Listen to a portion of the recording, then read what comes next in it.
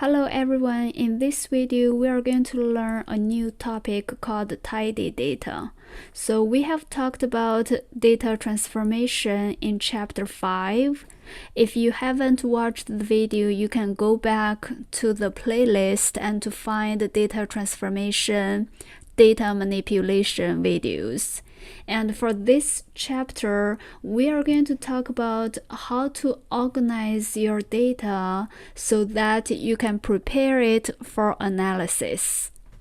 And for tidy data, we are actually talking about each variable must have its own column. And also, each observation must have its own row. And moreover, we want each value have its own cell. So that's a tidy data. That's a kind of data set you want to prepare before you analyze or even visualize it in R. And let's open RStudio and look at some data examples where you're going to see like some of them are tidy, some of them are not. Now my RStudio is open. I'm going to show you a few datasets. First of all, I want you to load the package tidyverse. So the specific package we are going to use is actually tidyr. It's like tidy messy data. But tidyverse is a collection of packages. It includes tidyr, so you can just load the package using library of tidyverse. And once it is done, we can look at a few datasets. So let's look at table 1. You can see here, table 1 is a table, and it has 3 countries talking about the cases and population for 1999 and 2000 for two different years. So this is a data set, and another one is called table 2. And this is also a table, and we are seeing like we have 4 rows for each country, and we're repeating the years twice. And for each year, we have cases and population. You can see it is actually 2 different measures listing as 2 rows. And then let's look at table 3. Table 3 is also a table, and it is showing you the rate of count over population for each year of each country. And table 4a is listing the cases for each year is put into a different column, and we have the counts for each year for a single country. Table 4b, we are seeing the population for different years in each row for a country. And you can see these data sets, they are not, especially for tables 2, 3, 4a, and 4b, they are not tidy. Like in your analysis, you cannot really use the values like this. And the same thing, you shouldn't put cases and populations in each row, and without putting them like 1 column for cases, 1 column for population. They are actually 2 variables, so we should list them as variables, which means they should be in columns, not like 2 lines of values for that same country and repeating the other measurements. And table 1 is like the most tidy one out of all of this, because you can see we have variables in each columns, observations in each row, and we have one value in a cell.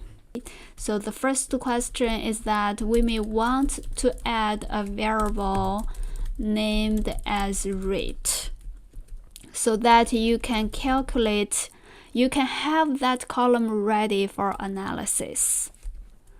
And what we can do here is to use load the package dplyr, and then you need to run that line so that you can have that line ready, because this is not a line of code, so you need to make a note and in that way so it will not run.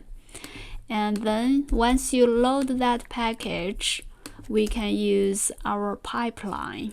We can do table 1, that's our dataset name, the pipe, and then you can use mutate function, and you can add a column called rate by doing the cases over the population times 10,000. So how many cases per 10,000 population? We can run this, and you can see that rate is added as the last column, and it's very straightforward. If you want to save that result, the new table result, like including the rate variable, you want to add this little arrow, and then maybe you can call it table 1 and line new. So once you run these two lines, you are able to have a table 1 new dataset, which is the updated version of table 1, and it includes the new variable rate. The second question I have here is to count the number of cases per year using the dataset we have. So we can do table 1, and then we can add the pipe, and then we can use count function, and we can let year to be the x variable, and we can use the cases as the count information. So in this way, we can write, and we can see 1999, we have that many total cases, and 2000, we have that many total cases. So that's to count the number of cases per year. If we move one step forward, let us count the number of cases per country, right? Without thinking about the year information, let's think about the total number of cases per country. So you can practice doing this by yourself by copying the original code here, but changing the year into country. And let's see. Look at that. We have 3 countries. We have the total number of cases, and that's it, right? So maybe you can try to do something to visualize the trend of cases for different countries, right? Maybe you can visualize that information so that you can have a straightforward idea about what is happening. And you know, for data visualization, we need a new package called ggplot2. Load that package. And then we can use ggplot function, data equals table 1. Then the aesthetic information, we let x equals year, y equals cases, and then we add GEOM underline line because we want to look at the general trend the trend of the changes.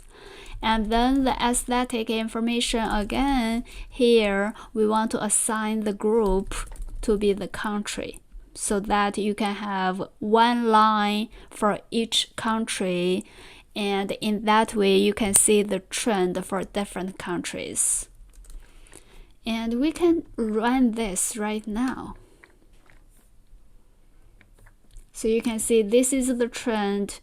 There is and there is a problem of this graph, because you are only seeing 3 lines. You don't really know which line is right. And also the graph is treating the year as a numerical year. So you can see, even though we only have 1999 and 2000, they are treating the values as numerical values.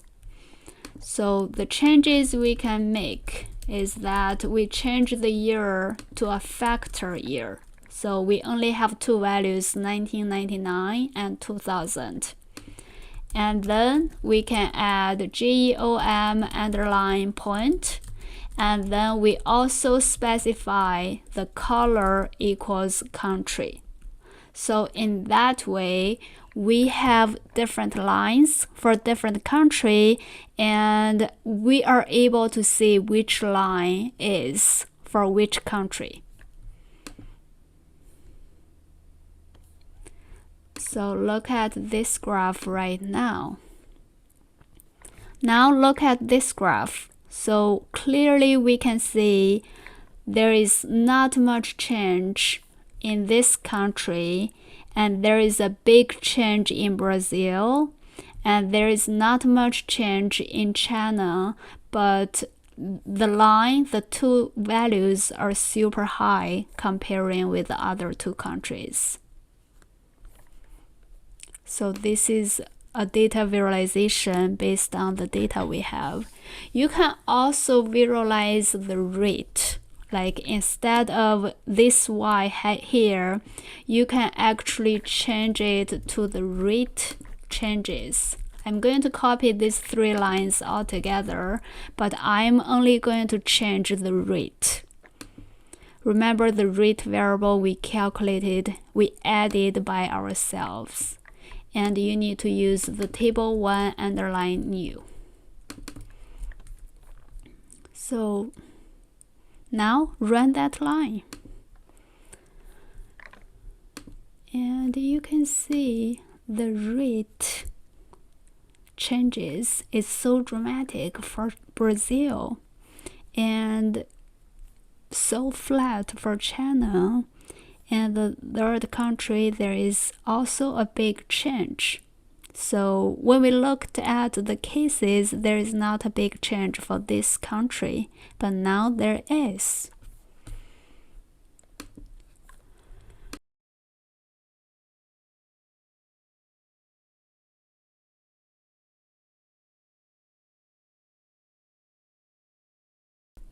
The first common problem is that one variable might be spread across multiple columns. So if you look at the table 4a, we are seeing like one variable, the year variable, is spreading across 2 columns. And table 4b has the same problem. You are seeing the year variable is actually treated on 2 columns. And the other problem is that one observation might be scattered across multiple rows. So let's look at table 2. The problem for table 2 is that cases and population are actually 2 columns, but you are putting them into rows, so that it's very hard to analyze it. So we are going to address the problems using 2 functions. One function is called pivot longer, and another function is called wider. So you want to change the tables into their tidy format.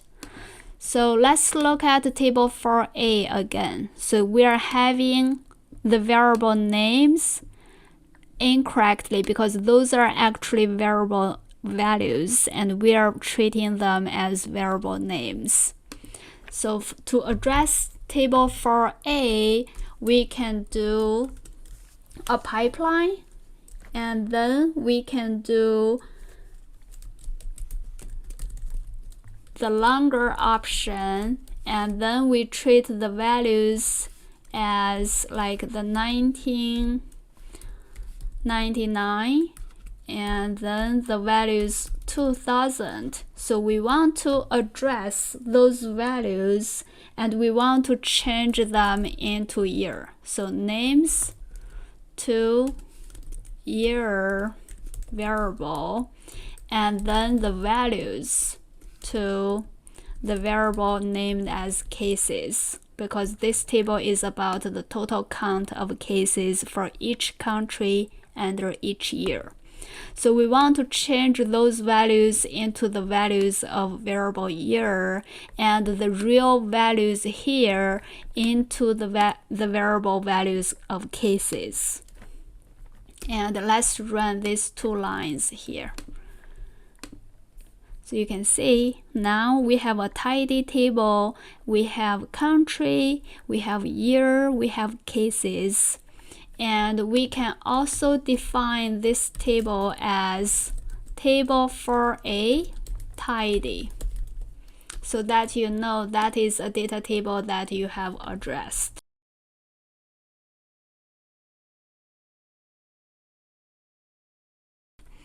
You can apply the similar things to table 4b. So you can add the pipeline, and then you can use the longer function, and the same thing, you want to change the year into the values of a variable.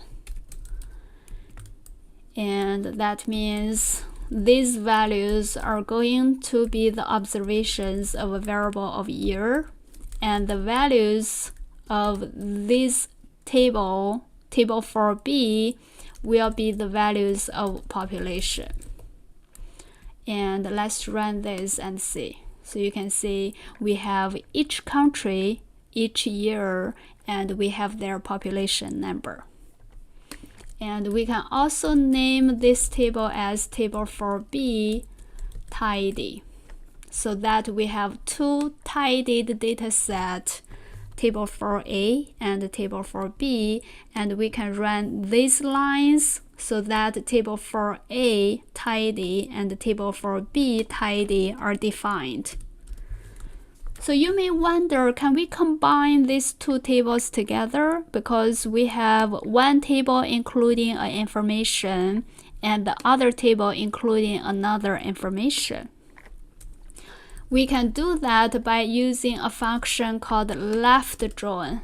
Left join is like you are joining the data set together, and to do that we need to type table 4a tidy.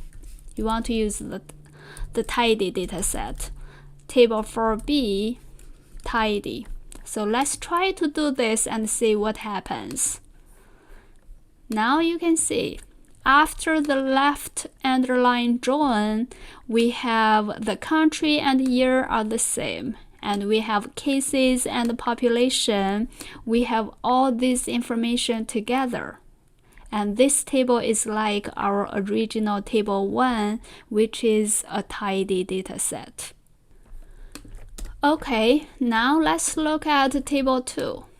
So for table 2, the problem is that we have cases and populations on the rows. We want them to be variables, and we want them to have observations of their own in their own columns.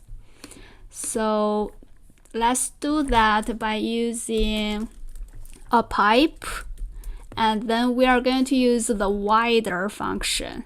And for this function, we want to extract the variable names from type, and we want to send the values from the count into the observations, the variables we are creating. Like we want 745 under the cases.